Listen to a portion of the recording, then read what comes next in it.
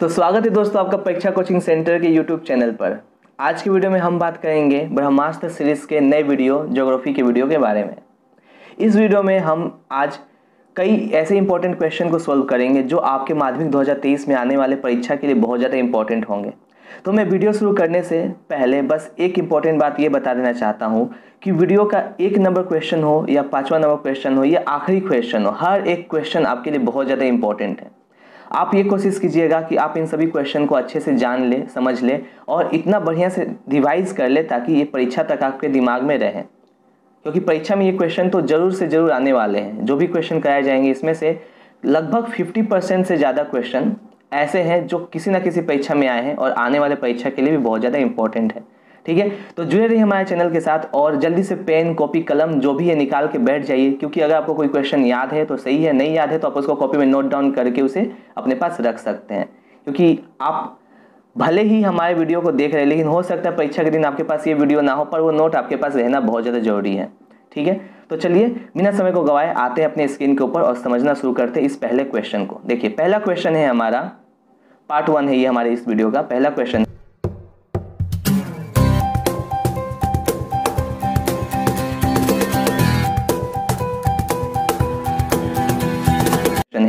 जिस प्रक्रिया में गुरुत्वाकर्षण के प्रभाव से मिट्टी और चट्टान की परतें उच्च भूमि के ढाल से नीचे उतर जाती है उसे क्या कहते हैं? The process by which soil and rock layers move down along the slope of highlands by gravity is called. ये एमपी 2020 में आया हुआ क्वेश्चन है। ठीक है, तो देखिए इसके ऑप्शन को पहले हम लोग देख लेते हैं। पहला ऑप्शन है ऋतु क्षरण, दूसरा ऑप्शन है निक्षेपण, तीसरा ऑप्शन है अंतर्जात प्रक्रिया और चौथा ऑप्शन है बृहद क्षरण प्रक्रिया। तो हमारा जो आंसर होगा वो होगा बृहद क्षरण प्रक्रिया। जैसा कि आपको पता है कि भूमि का ढाल गुरुत्वाकर्षण के प्रभाव से जब कोई भी चीज चट्टानों से नीचे आ जाती है तो ये प्रक्रिया हमेशा बृहद क्षरण में चली जाती है। ठीक है, हम अब अपने अगले क्वेश्चन की तरफ बढ़ेंगे। हमारा नेक्स्ट क्वेश्चन है, सेकंड नंबर क्वेश्चन है, जिस क्रिया द्वारा भूभाग की ऊंचाई में वृद्धि होती है उसे कहा जाता है, मतलब भूभाग की ऊंचाई में बढ़ना, बढ़ोतरी होना। The process by which the height of the earth surface increases is. ये एमपी 2019 में आया हुआ क्वेश्चन है और ये भी बहुत ज्यादा इंपॉर्टेंट क्वेश्चन है। देखिए इसका ऑप्शन दिया गया है अधिवृद्धि एग्रेडेशन, निम्नीकरण नीचा होना यानी डिग्रेडेशन, सी नंबर ऑप्शन है अपक्षय और डी नंबर ऑप्शन है अन्नाच्छादन। तो हमारा जो आंसर होगा वो होगा ए नंबर, अधिवृद्धि एग्रेडेशन। तो एग्रेडेशन पे टिक कर लिए। अगर आपको क्वेश्चन याद नहीं है तो आप क्वेश्चन को नोट डाउन कर सकते हैं, जो आपके पास हमेशा रहने वाला है। नेक्स्ट क्वेश्चन को देखते हैं। अगला क्वेश्चन है क्वेश्चन नंबर 3, पंजाकार डेल्टा की उत्पत्ति होती है। Bird foot delta is formed at the mouth of. ये एमपी 2018 में आया हुआ क्वेश्चन है। ठीक है, सॉरी, ए नंबर ऑप्शन है आपका नील नदी के मुहाने पर, रिवर नील के मुहाने पर, हांगो नदी के मुहाने पर, सिंधु नदी के मुहाने पर, या डी नंबर ऑप्शन है मिसिसिपी मिसौरी नदी के मुहाने पर। ये दोनों नदियों के मुहाने को एक साथ बोला जाता है, मिसिसिपी मिसौरी नदी के मुहाने पर। तो हमारा जो आंसर होगा वो होगा डी नंबर, मिसिसिपी मिसौरी नदी के मुहाने पर। ठीक है, तो इस तरह से हमने 3 नंबर क्वेश्चन को भी देख लिया और आशा करते हैं कि आपको बहुत से क्वेश्चन के आंसर पहले से याद हो, क्योंकि ऐसा हो तो बहुत अच्छा आपका रिवाइज हो जाएगा और रिवीजन के लिए भी ये वीडियो बहुत ज़्यादा जरूरी है आपके लिए। चलिए आगे बढ़ते 4 नंबर क्वेश्चन की तरफ, उसको भी देख लेते हैं। जिस विधि द्वारा प्राकृतिक कारक भूपृष्ठ के ऊपर कार्य करके पृथ्वी की सतह परिवर्तन करते हैं उसे कहते हैं the process by which natural agents reshape the existing landscape over the earth surface is known as. ये एमपी 2017 में आया हुआ क्वेश्चन है और इसके ऑप्शंस को हम लोग देख ले पहले। ए नंबर ऑप्शन है बहिर्जात प्रक्रिया, exogenetic process, B number option है अंतर्जात प्रक्रिया, endogenetic process, C number option है पर्वतों की उत्पत्ति की प्रक्रिया यानी ऑरोजेनेटिक प्रोसेस और डी नंबर आखिरी ऑप्शन है भू संचलन प्रक्रिया, एपियोजेनेटिक प्रोसेस। तो हमारा जो आंसर होगा वो होगा ए नंबर ऑप्शन बहिर्जात प्रक्रिया। ठीक है, इसी प्रक्रिया द्वारा भूपृष्ठ का जो सतह होता है, ऊपरी सतह, उसमें परिवर्तन आता है। ठीक है, आगे हम लोग बढ़ेंगे नेक्स्ट क्वेश्चन की तरफ। 5 नंबर क्वेश्चन, लवण युक्त चट्टान के ऊपर नदी का मुख्य अपर्दन कार्य क्या है? देखिए, the main erosional process of river over salt dominated rock is. ये एमपी 2017 में आया हुआ क्वेश्चन है जो बेहद इंपॉर्टेंट है। देखिए ऑप्शन है अवघर्ष क्षय एब्रेशन, बी नंबर ऑप्शन है क्षयन क्षय, सॉरी घर्षण क्षय एट्रिशन, सी नंबर ऑप्शन है जल प्रवाह क्षय हाइड्रोलिक एक्शन और डी नंबर ऑप्शन है द्रवण क्षय यानी सॉल्यूशन यानी घुलना। ठीक है। तो लवण युक्त चट्टानों के ऊपर नदी का मुख्य कार्य क्या होता है? लवण युक्त जो चट्टानें होती है, आपको पता होगा जब नदी उससे प्रवाहित होती है तो नदियाँ उसके लवण को अपने साथ घुलाकर लेकर बह जाती है, ठीक है। तो इसको हम लोग बोल सकते हैं घुलन क्रिया या द्रवण क्षय। सॉल्यूशन इसका आंसर होगा। नेक्स्ट क्वेश्चन को देख लेते हैं। अगला क्वेश्चन है 6 नंबर क्वेश्चन। पेडिमेंट का निर्माण होता है, pediment is caused by. A number option है नदी द्वारा, बी नंबर ऑप्शन पवन द्वारा विंड, सी नंबर ऑप्शन हिमनद और डी नंबर ऑप्शन है लहर द्वारा।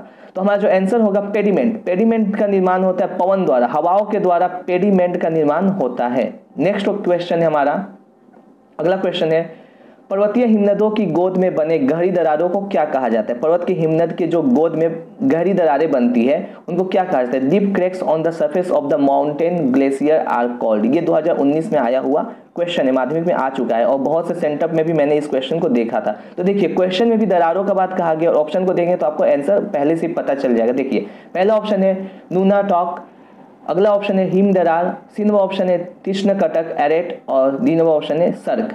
तो हमारा जो आंसर होगा वो भी देखिए क्वेश्चन में दिया गया दरार और आंसर में ऑप्शन में दिया गया दरार दोनों मिलता है, तो इस तरह से हमारा आंसर भी हो जाएगा दरार, ठीक है। अगले क्वेश्चन की तरफ बढ़ेंगे, नेक्स्ट क्वेश्चन को देखेंगे। मरुस्थलीय मैदान में कठोर चट्टानों से गठित कुछ नीचे पहाड़ों के अवशेष से बनी स्थलाकृति को क्या कहते हैं? In pediplain low lying hills of hard rocks remain as residual landform is called. MP 2020 में आया हुआ क्वेश्चन है, तो ये बेहद इंपॉर्टेंट है। देखिए पहला ऑप्शन है यारडंग, बी नंबर ऑप्शन है ज्यूगेन, सी नंबर ऑप्शन है बालू का स्तूप और डी नंबर ऑप्शन है द्वीपाप घेरी। जो हमारा आंसर होगा वो होगा द्वीपाप घेरी, ठीक है। ये क्या होता है? द्वीप के जैसा जल के क्षेत्रों में एक रचना होती है जो द्वीप के जैसा दिखाई देता है, ठीक है। तो इसका आंसर हो जाएगा द्वीपाप घेरी। अगला क्वेश्चन हम लोग देख लेते हैं, 9 नंबर क्वेश्चन है हमारा। शुष्क क्षेत्रों में महाखड्ड यानी बड़े बड़े गड्ढों को कहा जाता है, क्या कहा जाता है? The गोर्ज formed in arid region is called S. ये एमपी 2018 में आया हुआ क्वेश्चन है। इसका ऑप्शन है कैनियन, बी नंबर ऑप्शन है भी आकार की घाटी, सी नंबर ऑप्शन है जल गर्तिका और डी नंबर ऑप्शन है ढांध। शुष्क क्षेत्रों के महाखड्ड बड़े बड़े खड्डों को हम लोग कहते क्या है? तो हमारा जो आंसर होगा वो होगा ए नंबर कैनियन। उसको कैनियन कहा जाता है। आपको पता होगा पहले लंबी लंबी गहरी घाटियां बनती है, इसको गोर्ज कहते हैं। गोर्ज का आकार जब विशाल हो जाती है, बड़ा हो जाता है, तब कैनियन का निर्माण होता है और इसे ही कैनियन कहा जाता है। अगला हमारा क्वेश्चन है 10 नंबर क्वेश्चन। दिन रात के तापक्रम में सबसे अधिक अंतर देखा जाता है। Diurnal range of temperature is maximum in. इसका मतलब हुआ दिन का तापक्रम अधिक होना और रात का तापक्रम एकदम कम हो जाना। ऐसा तो आपको पता ही होगा पहले ही कि दिन में जो सूर्य की गर्मी से क्या होती है, दिन का तापमान बढ़ जाता है और उसके उल्टे रात के समय क्या होता है, तापमान घट जाता है। तो ऐसा कौन सा क्षेत्र है जिस जगह पे दिन और रात का जो तापमान का अंतर है उसको माइनस करेंगे तो सबसे ज्यादा आएगा, वो बताना है आपको। तो ऑप्शन देख लीजिए, ऑप्शन दिया गया है। ए नंबर ऑप्शन है विषुवत रेखीय जलवायु क्षेत्र, बी नंबर ऑप्शन है उष्ण मरुस्थलीय जलवायु क्षेत्र में, सी नंबर ऑप्शन है ध्रुवीय मानसूनी जलवायु क्षेत्र में और डी नंबर ऑप्शन है भूमध्य सागरीय जलवायु क्षेत्र में। तो हमारा जो आंसर होगा वो होगा उष्ण मरुस्थलीय जलवायु क्षेत्र में।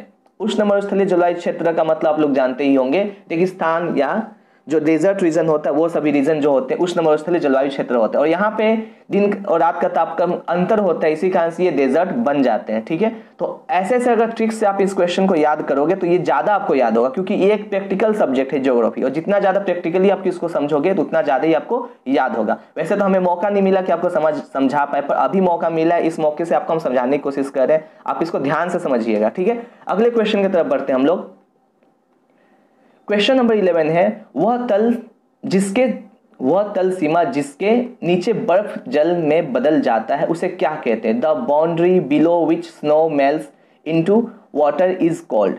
वह सीमा जिसके नीचे जो होता है बर्फ पिघलने लगती है, ऐसा भी क्वेश्चन आ सकता है। तो जो भी क्वेश्चन हो मैंने आपको बता दिया, बस इसके ऑप्शंस को देख लेते जिससे आंसर बताना आसान हो जाएगा। देखिए पहला ऑप्शन है हिमोर, दूसरा ऑप्शन है हिमरेखा, तीसरा ऑप्शन है प्लावी हिमशैल और चौथा ऑप्शन है aerate.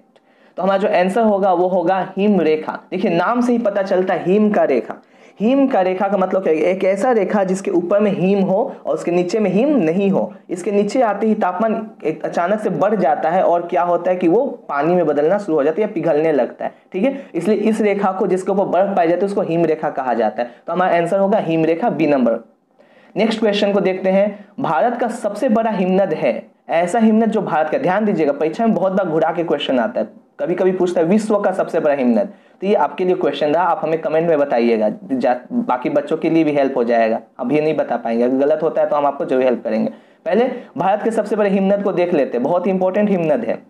The largest glacier of India is, options देखिए, बाल्ट्रो, बी नंबर ऑप्शन है गंगोत्री, सी नंबर ऑप्शन है शीफो और डी नंबर ऑप्शन है सियाचिन।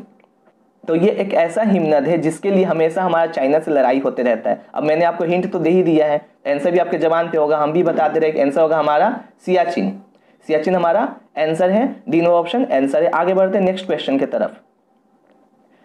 13 नंबर क्वेश्चन है, अंडे की टोकरी भू आकृति का गठन होता है। Basket of eggs topography is developed due the, किस चीज के कारण कहां पर अंडे की टोकरी भू आकृति का गठन होता है, संरचना का निर्माण होता है। देखिए ऑप्शन देख लेते हैं, नदी के अपरदन द्वारा, erosion of rivers, B number option है हिमनद अपक्षरण द्वारा, erosion of by glacier, C number option है नदी के निक्षेपण द्वारा, डेपोजिशन बाय रिवर्स और डी नंबर ऑप्शन है हिमनद निक्षेपण द्वारा, deposition bye glaciers.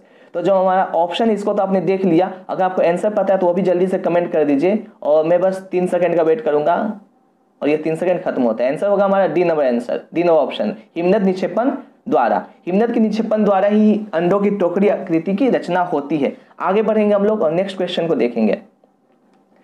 14 number question है, हिमनद के निक्षेपण से निर्मित उल्टे नाव के आकार का स्थल रूप है। Inverted boat landform of deposition of glaciers are, option है केम, बी नंबर ऑप्शन है एस्कर, सी नंबर ऑप्शन है ड्रमलिन और डी नंबर ऑप्शन है कैटिल। तो हमारा जो आंसर होगा वो होगा ऑप्शन नंबर सी ड्रमलिन। ठीक है, तो सी नंबर ऑप्शन को टिक कर देते हैं, ड्रमलिन हमारा आंसर होगा। नेक्स्ट क्वेश्चन की तरफ बढ़ेंगे। निम्नलिखित में से कौन सी स्थलाकृति हिमानी के अपरदन से बनी है। Which of the following landform is developed by the glacier erosion, glacial erosion से बनने वाली स्थलाकृति कौन सी। ऑप्शंस देख लीजिए, लटकती घाटी, हैंगिंग वैली, हिमोर, मोरेन, तटबंध, सी नंबर ऑप्शन है तटबंध, नेचुरल लीव और डी नंबर ऑप्शन है लॉयस। तो हमारा जो आंसर होगा वो होगा ए नंबर, लटकती घाटी। लटकती घाटी का निर्माण हिमानी के अपरदन से होता है। नेक्स्ट क्वेश्चन को देखते हैं। 16 नंबर क्वेश्चन है, यू आकार की घाटी का संबंध अपरदन के किस अभिकर्ता से। अभिकर्ता का मतलब होता है एजेंट, कौन करने वाला है, या कारक भी बोला जाता है कभी कभी उसे। देखिए, U shaped valley is related to which agent of erosion, किसके कारण से यू शेप्ड वैली का निर्माण होता है। तो ऑप्शन है, ए नंबर ऑप्शन है नदी, बी नंबर ऑप्शन है हिमनद, सी नंबर ऑप्शन है पर्वत और डी नंबर ऑप्शन है भूमिगत जल। तो हमारा जो आंसर होगा वो होगा बी नंबर हिमनद। हिमनद के कारण से यू आकार की घाटी का निर्माण होता है। आपने जैसा कि पढ़ा होगा, भी आकार की घाटी का निर्माण कौन करता है, जल्दी से कमेंट करके बता दीजिए। भी आकार की घाटी के निर्माण के बाद ही यू आकार की घाटी का निर्माण होता है। आपने पढ़ा होगा तो आपको पता होगा इसके बारे में।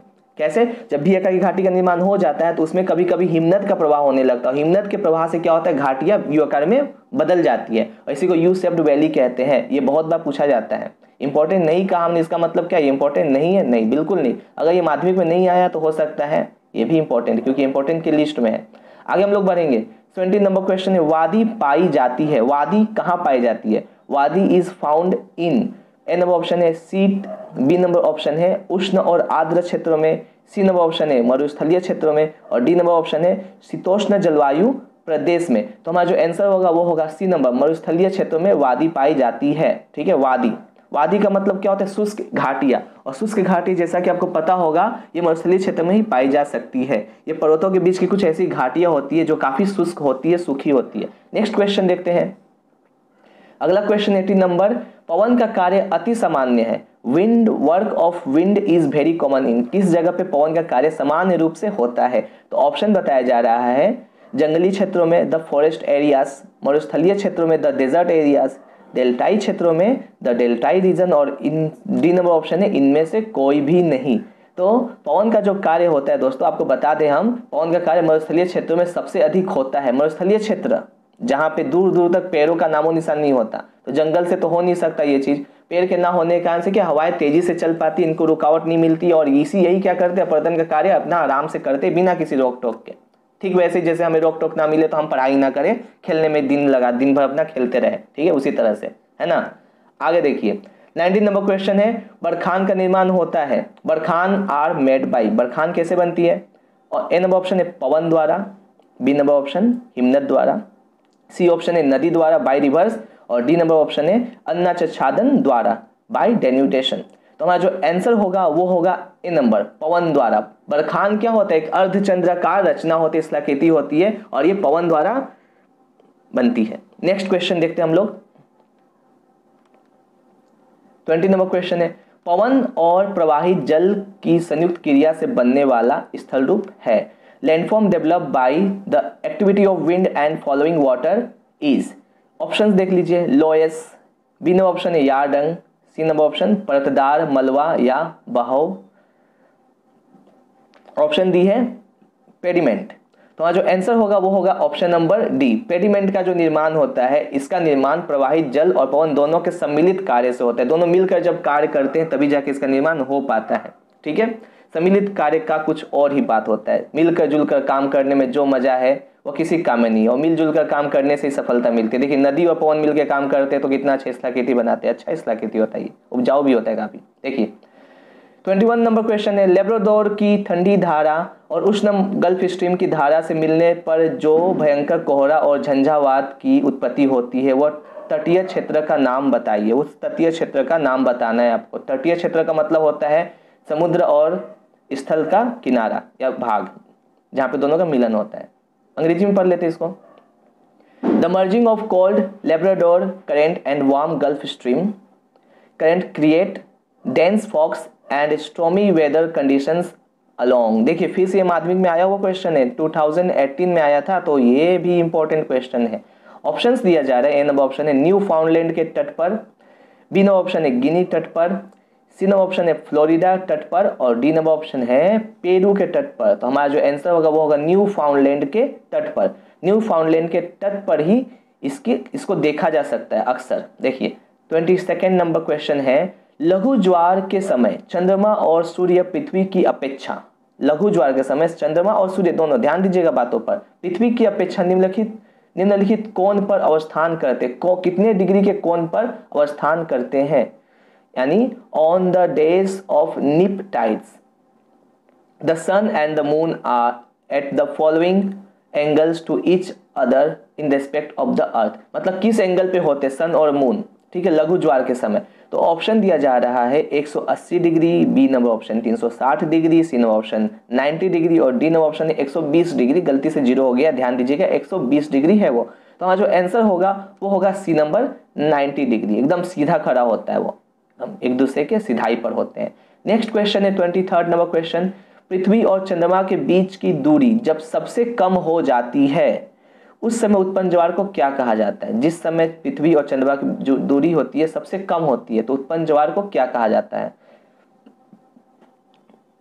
Sorry, when the distance between earth and moon becomes least the generating tide is called. ये आपके माध्यमिक 2017 में आया हुआ क्वेश्चन है, और इसके ऑप्शन को देख लीजिए। पहला ऑप्शन है दीर्घ ज्वार spring tide, B number option है लघु ज्वार neap tide, C number option है पेरिजी ज्वार उपभू ज्वार पेरिजियन टाइड, और डी नंबर ऑप्शन है अपोजी ज्वार अपभू ज्वार एपोजियन टाइड।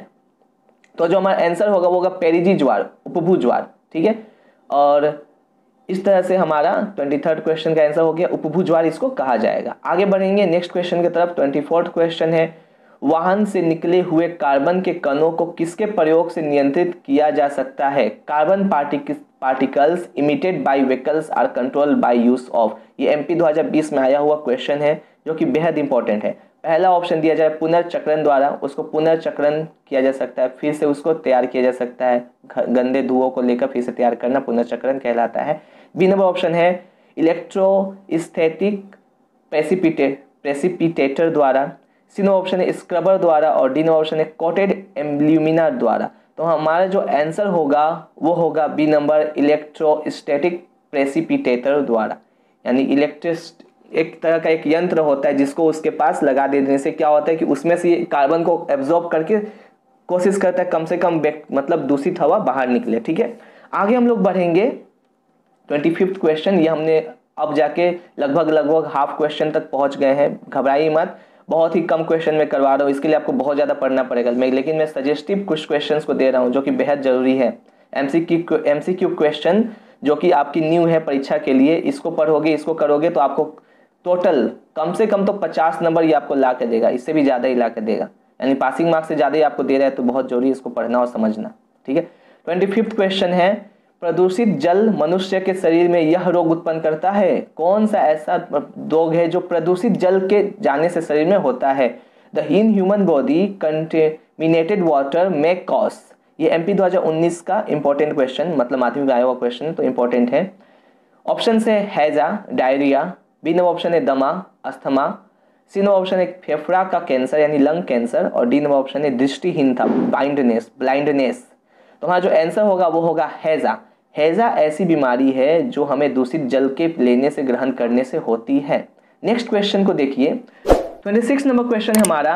दोस्तों ध्यान दीजिएगा, निम्नलिखित वज्र जैव अनिम्नकरणीय स्वरूप के होते हैं। अनिम्नकरणीय स्वरूप का मतलब क्या होता है? इनको डिग्रेडेबल नहीं किया जा सकता, इनको तोड़ा नहीं जा सकता, ठीक है। तो देखिए, the following waste material is non biodegradable by its nature. ये एमपी 2018 में आया हुआ क्वेश्चन, सो ये बेहद इंपॉर्टेंट है। ऑप्शन दिया जा रहा है प्लास्टिक वर्ज्य पदार्थ, बी नंबर ऑप्शन है कृत्रिम रबर वर्ज्य पदार्थ, सी नंबर ऑप्शन है एल्यूमिनियम चादर, और डी नंबर ऑप्शन है सभी उपयुक्त है। तो हमारा जो आंसर होगा वो होगा सभी उपयुक्त है, क्योंकि आपको पता होगा ये वे ऐसी चीजें हैं जिनको अगर आप किसी जगह फेंक देते हो तो इससे हम वातावरण को बचा नहीं सकते। ये वातावरण को दूषित और दूषित करते जाते हैं और बहुत लंबे समय तक हमारे पास रह जाते हैं, ये नष्ट नहीं होते जल्दी से। जो चीजें जल्दी नष्ट नहीं होती है और तोड़ा नहीं जा सकता उसे ही नॉन बायोडिग्रेडेबल एलिमेंट्स कहा जाता है। नेक्स्ट क्वेश्चन को देखते हैं। नेक्स्ट क्वेश्चन में क्या कहा जा रहा है? 27 नंबर क्वेश्चन है, वर्ज्य पदार्थ प्रबंधन की विधि है। वर्ज्य पदार्थ को ठीक करने की विधि है, कौन सी विधि है? The process of waste management involve. ये आपका एमपी 2017 में आया हुआ क्वेश्चन है। तो ए नंबर ऑप्शन है इसका वर्ज्य पदार्थ के पुनः उपयोग, reuse of waste, B number option है वर्ज्य का पुनर्नवीनीकरण, recycling of waste, C number option है वर्ज्य की कमी, रिड्यूसिंग ऑफ वेस्ट, और डी नंबर ऑप्शन है सभी। तो हम ध्यान देंगे तो यहाँ पे जो भी बातें कही जा रही है ए टू सी तक, ये सभी की सभी बातें ऐसी बातें हैं जिससे हम लोग वर्ज्य पदार्थ को प्रबंध कर सकते हैं। तीनों तरीके से हम वर्ज्य पदार्थ को तैयार कर सकते हैं, सही कर सकते हैं, ठीक है। तो अगले क्वेश्चन की तरफ बढ़ते हैं, सभी हो जाएगा आंसर। अगले क्वेश्चन में बढ़ेंगे हम लोग। हमारा अगला क्वेश्चन है 28 नंबर क्वेश्चन, शिवालिक हिमालय के गिरिपदीय भाग में कंकड़ पत्थर द्वारा जिस मैदान का निर्माण हुआ है उसे कहा जाता है। The plane which is formed along the foothills of Shivalik Himalaya by deposition of small rocks fragments is called as। ये आपका एमपी 2018 में आया हुआ क्वेश्चन है। ऑप्शन नंबर ए है खादर, बी है भांगर, सी है भावर, और डी है वेट। तो हमारा जो आंसर होगा वो होगा भावर। भावर होगा हमारा आंसर। भावर को टिक कर लीजिए और इसको अच्छे से याद कर लीजिए। अब हम लोग आगे बढ़ेंगे, समय बहुत कम है, हम लोग बहुत ज़्यादा समय ले रहे हैं, हमें जल्दी जल्दी याद करना है, तो जल्दी जल्दी क्वेश्चन को पढ़ना होगा, जल्दी जल्दी से इसको पढ़ के आगे बढ़ना होगा, याद करना होगा, नोट करना होगा। तो चलिए आगे बढ़ते हैं। 29 नंबर क्वेश्चन है, भारत के मध्य से गुजरने वाली अक्षांश रेखा है। भारत के मध्य से कौन सी अक्षांश रेखा गुजरती है? ठीक है, ये हो सकता है नाम से भी पूछा जाए या इसका मान होता है वो डिग्री के हिसाब से भी पूछा जा सकता है। देखिए ऑप्शन देख लीजिए, भूमध्य रेखा, बी नंबर ऑप्शन है मकर रेखा, सी नंबर ऑप्शन है पूर्व मध्यान्ह रेखा या मुख्य मध्यान्ह रेखा, और डी नंबर ऑप्शन है कर्क रेखा। तो आपको याद होगा कर्क रेखा ऐसी रेखा है जो भूमध्य रेखा के ऊपर है और ये भारत को बीचों बीच से भाग करती है, यानी कि भारत के बीचों बीच से होकर गुजरती है। तो कर्क रेखा को याद कर लीजिएगा। इसे कभी कभी 23 डिग्री उत्तरी अक्षांश रेखा भी कहा जाता है। 23 डिग्री उत्तरी अक्षांश रेखा, तो इस नाम से भी हो सकता है आपके लिए परीक्षा में क्वेश्चन हो, तो अच्छे से इस पर ध्यान दीजिएगा। तो इसके आंसर को टिक आउट कर लेते, सॉरी आंसर को टिक आउट करना तो भूल ही गए। डी नंबर ऑप्शन हमारा सही होगा ऑप्शन, ठीक है, इसको टिक कर लिया और आगे बढ़ेंगे। अब 13 नंबर क्वेश्चन है, भारत में राज्यों का पुनर्गठन का आधार है। The main basis of state recognization in India is. ये एमपी 2019 का क्वेश्चन है।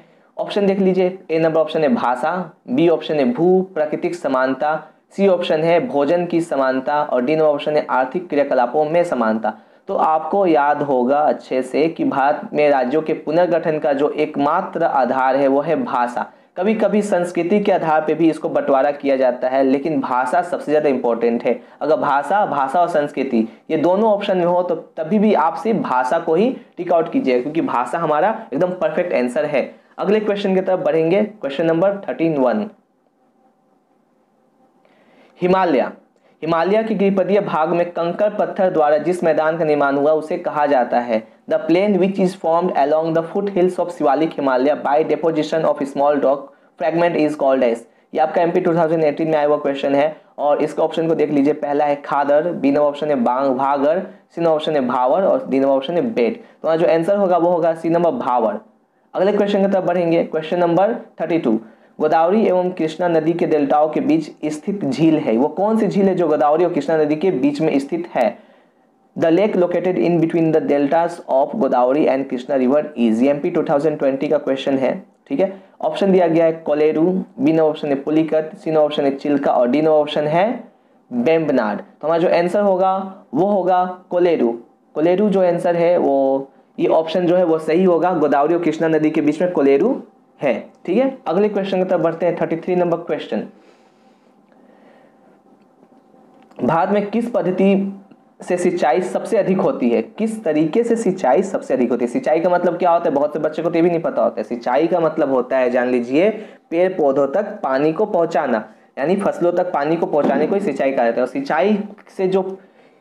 सिंचाई जो पद्धति है, ये सब सिंचाई की जो सबसे बड़ी मात्रा में उपयोग की जाने वाली पद्धति है वो कौन सी, ये आपको बताना है। ऑप्शन देख लीजिए। पहला ऑप्शन है कुआं और नलकूप द्वारा, इसके द्वारा सिंचाई की जाती है सबसे ज्यादा, या जलाशयों द्वारा यानी तालाबों द्वारा, नहरों द्वारा या फव्वारों द्वारा। फव्वारों मतलब जो पानी जमीन से फव्वारा निकलता है ना, पानी की जो छींटे होती है उसको फव्वारा कहा जाता है। तो हमारा जो आंसर होगा वो होगा ऑप्शन नंबर ए, कुआं तथा नलकूपों द्वारा। कुएं तथा नलकूप द्वारा ही जो सिंचाई सबसे ज्यादा होती है भारत के अंदर होती है, ठीक है, और कहीं नहीं होती है कुएं और नलकूपों से सिंचाई, ठीक है।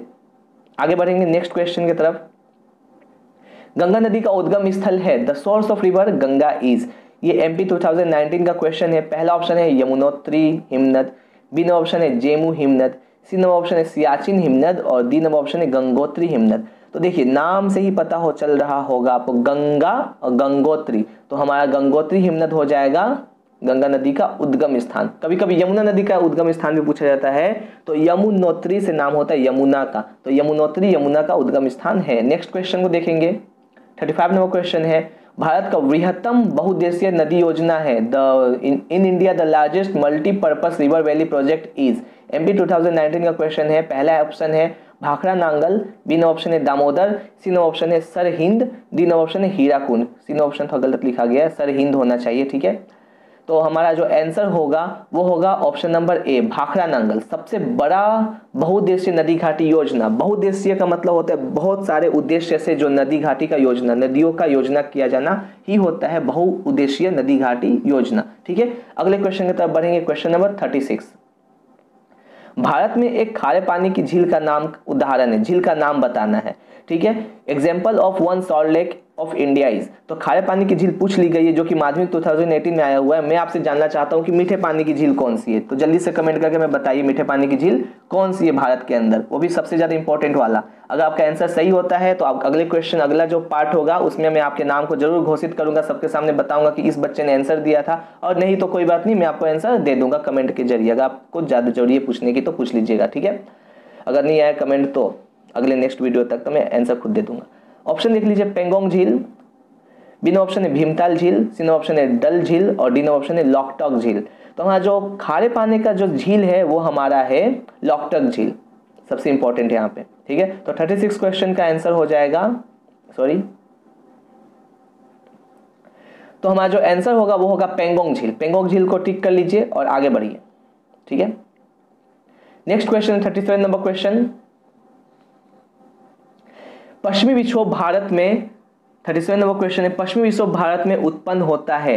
Western disturbance occurs in India during, western disturbance occurs in India during. MP 2020 का आया हुआ क्वेश्चन है। ऑप्शन दिया गया है ग्रीष्म ऋतु में, समर सीजन, शरद ऋतु में, autumn season, C number option है वर्षा ऋतु में, रेनी सीजन और डी नंबर ऑप्शन है शीत ऋतु में, विंटर सीजन। तो हमारा जो आंसर होगा वो होगा ऑप्शन नंबर डी, शीत ऋतु में। पश्चिमी विक्षोभ का मतलब क्या होता है? पश्चिमी देशों से, पश्चिमी तरफ से आने वाली परेशानी है भारत के अंदर। जो शीत ऋतु होता है, शीत ऋतु में ऐसे ही ठंड रहती है, लेकिन क्या होता है कुछ कारणों से कुछ ऐसी हवाएं हैं जो भूमध्य सागरीय क्षेत्रों से चली आती है, जो हमारे लिए परेशानी का कारण बनती है और ठंड में भी ठंड को बढ़ा देती है। इसी को कहा जाता है पश्चिमी विक्षोभ। ठीक है, नेक्स्ट क्वेश्चन की तरफ बढ़ते हैं। 38 नंबर क्वेश्चन है, उत्तर पश्चिम भारत में ग्रीष्म काल में धूल आंधी को कहते हैं। Dust storms of north west India in summer is called. ये MP 2017 का क्वेश्चन है। ऑप्शन है काल बैसाखी, बी नंबर ऑप्शन आंधी, सी नंबर ऑप्शन है पश्चिमी झंझावात और डी नंबर ऑप्शन है लू।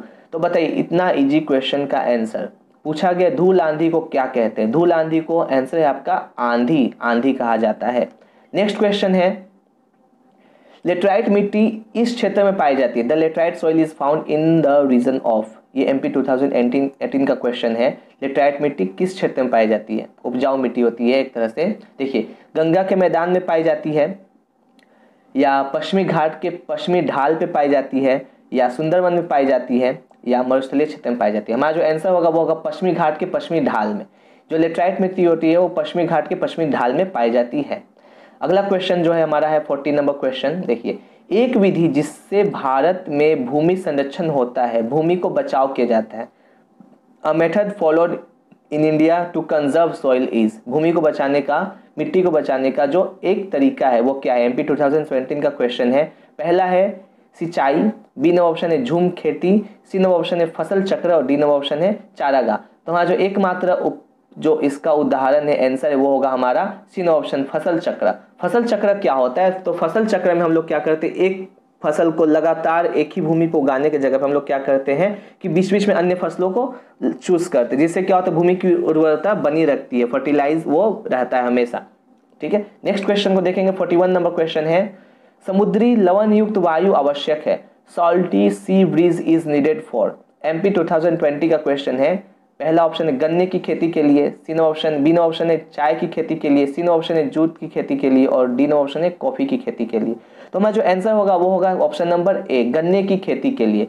गन्ने की खेती को समुद्री लवण वाली वायु, मतलब समुद्र के किनारे करना पड़ता है इसको, ताकि वहां से समुद्र से लवण युक्त वायु इसको मिलती रहे, ताकि ये फसल अच्छी होती है उससे।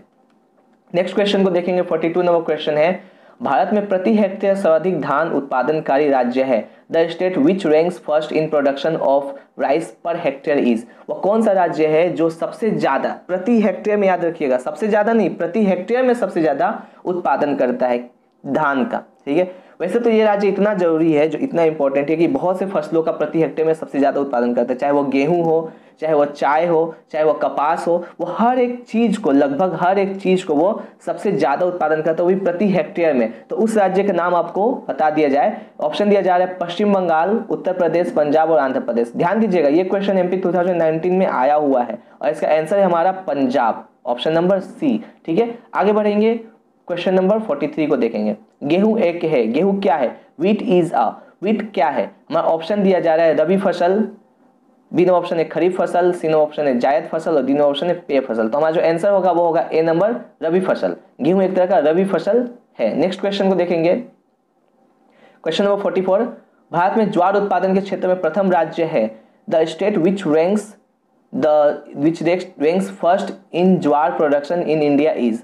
ये MP 2017 में आया हुआ क्वेश्चन है और इसका ऑप्शन है महाराष्ट्र, बी नंबर ऑप्शन है उत्तर प्रदेश, सी नंबर ऑप्शन है बिहार और डी नंबर ऑप्शन है पश्चिम बंगाल। तो हमारा जो आंसर होगा वो महाराष्ट्र है। और अगर इसमें भी अगर ऐसे क्वेश्चन होता कि प्रति हेक्टेयर में ज्वार कहाँ सबसे ज्यादा उत्पादन होता है, तो यहाँ पे हमारा आंसर होता, पता है आपको कौन सा? जल्दी से कमेंट करके बताइए। अगला क्वेश्चन है हमारा 45 नंबर क्वेश्चन, बंगाल का पेट्रो रसायन उद्योग केंद्र स्थित है। Petrochemical industrial centre of West Bengal is located at. ये MP 2020 का क्वेश्चन, MP 2020 का क्वेश्चन है।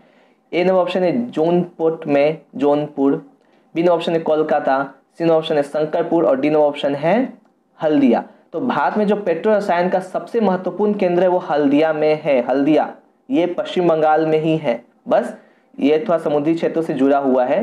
ठीक है, और नेक्स्ट क्वेश्चन को हम लोग देखेंगे अब। लौह इस्पात उद्योग का एक आवश्यक कच्चा माल है। The required raw material for iron and steel industry include. MP 2019 का क्वेश्चन है और इसका ऑप्शन देख लीजिए। पहला है लौह अयस्क आयरन और, बी नंबर ऑप्शन है कोयला, सी नंबर ऑप्शन है मैग्नीज और डी नंबर ऑप्शन है सब ठीक है। तो हमारा जो आंसर होगा वो होगा डी नंबर सब ठीक है। क्या है? सब ठीक है। ठीक है ना। लो अयस्क, कोयला, मैग्नीज ये सभी जो है ये लौह इस्पात उद्योग का एक कच्चा माल है, यानी सब ठीक है। ओके, आगे बढ़ेंगे नेक्स्ट क्वेश्चन की तरफ। 17 नंबर क्वेश्चन है, भारत की सिलिकॉन वैली कहा जाता है? किसे भारत की सिलिकॉन वैली कहा जाता है? The silicon valley of India is refers to MP 2017 में आया वो क्वेश्चन है। ऑप्शन देख लीजिए, पहला ऑप्शन है चेन्नई, बी नंबर ऑप्शन है बेंगलुरु, सी नंबर ऑप्शन है कोलकाता और डी नंबर ऑप्शन है दिल्ली। तो हमारा जो आंसर होगा वो होगा ऑप्शन नंबर बी बेंगलुरु। इसको ठीक कर लेते हैं, option number B Bengaluru. Next question को देखेंगे, question number 48।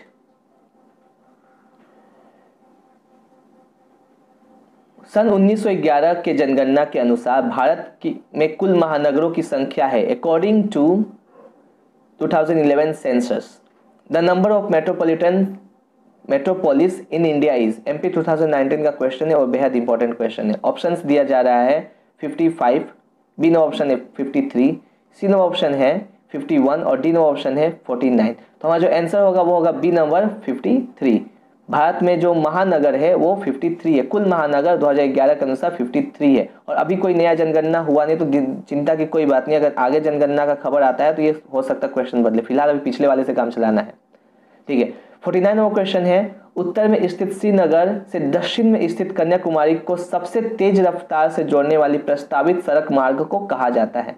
The proposed fastest national highway which will connect Srinagar in the north with Kanyakumari in the south is called S. MP 2018 का आया वो क्वेश्चन है और ऑप्शन देख लीजिए, इसका ए नंबर पूरब पश्चिमी corridor, the east west corridor, B number option है स्वर्णिम चतुर्भुज, सी नंबर ऑप्शन है उत्तर दक्षिण कॉरिडोर और डी नंबर ऑप्शन है उत्तर मध्य कॉरिडोर। तो हमारा जो आंसर होगा वो होगा सी नंबर उत्तर दक्षिण कॉरिडोर। नेक्स्ट क्वेश्चन को देखते हैं।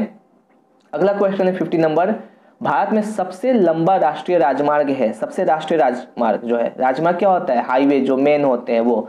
The longest national highway of India is, MP 2017 का क्वेश्चन है इसलिए ये इंपॉर्टेंट हमारे लिस्ट में है।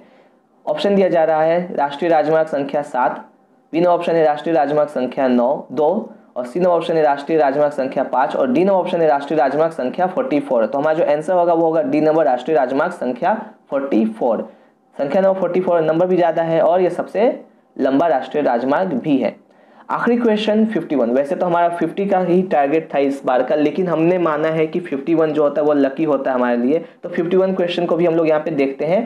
बोला जा रहा है टोपोग्राफिकल मानचित्र में सनोन्नित रेखा खींचने के लिए जो रंग प्रयोग होता है वह है, the colour used for drawing a counter lines in topographical map is. ये एमपी 2020 में आया हुआ क्वेश्चन है। ऑप्शन दिया जा रहा है भूरा ब्राउन, बी नंबर ऑप्शन है काला ब्लैक, सी नंबर ऑप्शन है रेड लाल और डी नंबर ऑप्शन है नीला या ब्लू। तो मैं इसका आंसर अभी नहीं दूंगा, मैं इसके आंसर के लिए आपका वेट करूंगा। मैं चाहता हूं कि आप इसका आंसर कमेंट बॉक्स में कमेंट करके दें, जिससे कि क्या होगा मुझे पता चले कि आपने कितनी पढ़ाई की, आपको ये क्वेश्चन का आंसर आ रहा है कि नहीं आ रहा है। फिलहाल आज के इस वीडियो सीरीज में आपका ये जो वीडियो सीरीज था इसमें इतना ही क्वेश्चन आपको दिया जा रहा है। अगले वीडियो सीरीज में मिलेंगे आपसे नए वीडियो के साथ और नए क्वेश्चन के साथ, जहां हम लोग नया कुछ सीखेंगे और नए वीडियो में बहुत कुछ जानने को मिलेगा आपको। तो जुड़े रहिए हमारे चैनल के साथ, परीक्षा कोचिंग सेंटर के साथ बने रहिए और हमको ऐसा आशा है, उम्मीद है आपसे कि आप हमारे वीडियो को देखकर बहुत कुछ सीख पाए होंगे, बहुत कुछ आपने जाना होगा। तो मिलते हैं आपसे अपने नेक्स्ट वीडियो में, तब तक के लिए जय हिंद जय भारत।